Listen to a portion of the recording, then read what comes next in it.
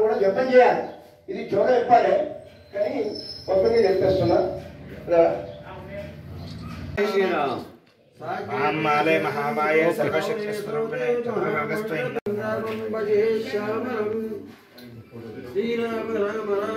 रवे रामे मनोरमे सहस्रनाम तत्तुल्यं रामनामवरानने श्रीरामजी चापबाण धरोयुभान दस्तुल्यं राम जय श्री राम जय श्री राम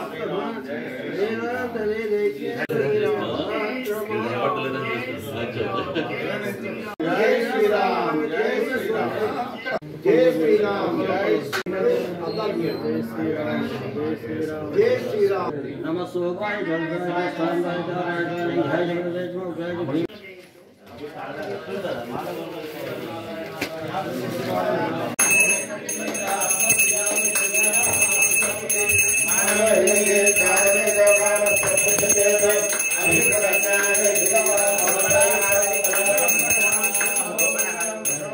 मंगलम पार्वती राजा मंगलाय मनोहर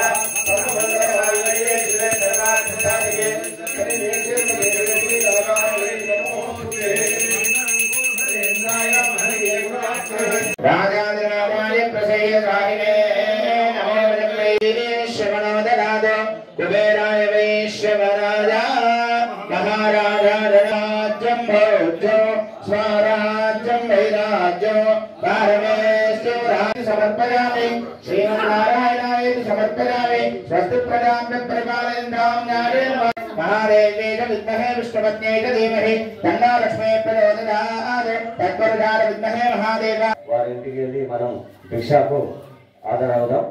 మధ్యాహ్నం 1 గంటలకు మనం అందరం అక్కడ కలుద్దాం. ఇతని అరుణ్ కుమార్ వాళ్ళ ఇంట్లో.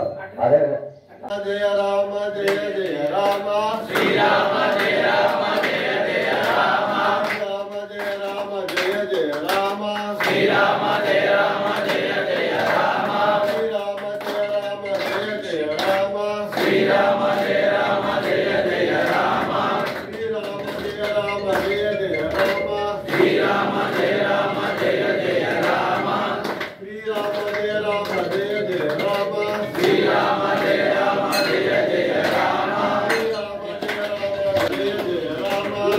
राम जय जय राम श्री राम जय पते हर हर महादेव हर राम लक्ष्मण जानकी जय बोलो हनुमान की राम लक्ष्मण जानकी जय बोलो हनुमान की जोर से बोलो प्यार से बोलो जय श्री राम जय श्री राम जोर से बोलो प्यार से बोलो जय श्री राम जय श्री राम जय श्री राम जय श्री राम जय श्री राम जय श्री राम श्री राम जय श्री राम जय श्री राम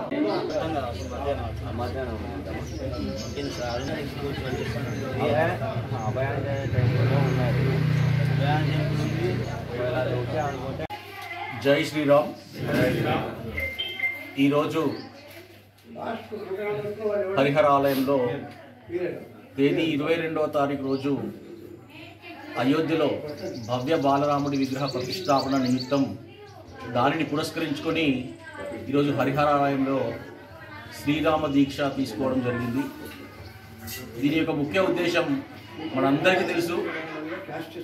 ఈ సృష్టిలో భగవంతుడి తర్వాత ఉత్కృష్టమైన జన్మ ఏదైనా ఉన్నదంటే అది మానవ జన్మ.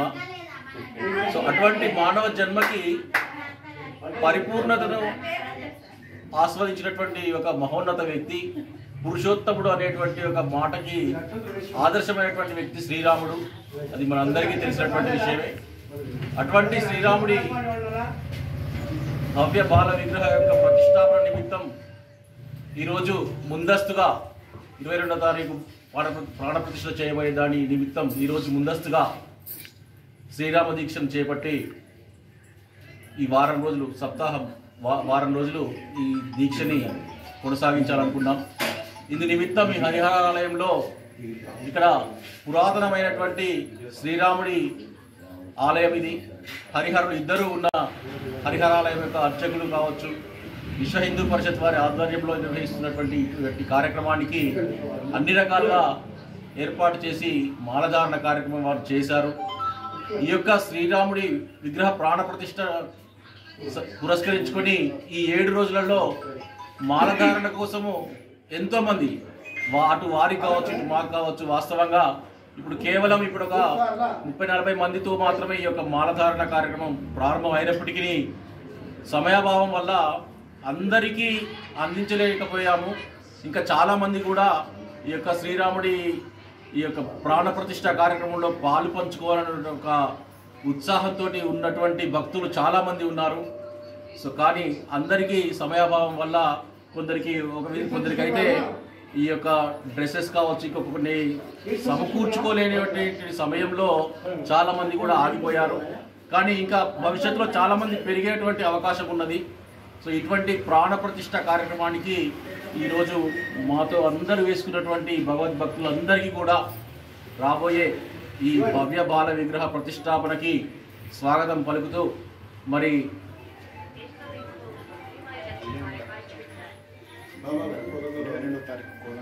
ప్రాణ ప్రతిష్టాపన సందర్భంగా ఇదే కాకుండా ఈ యొక్క విశ్వ హిందూ పరిషత్ ఆధ్వర్యంలో ఆకాశ దీపోత్సవాన్ని కూడా కార్యక్రమాన్ని నిర్వహిస్తున్నాము. దీనికి మన జగిత్యాల ప్రజలందరూ కూడా విశేషంగా హాజరు కావాలని చెప్పేసి కోరుకుంటున్నాము.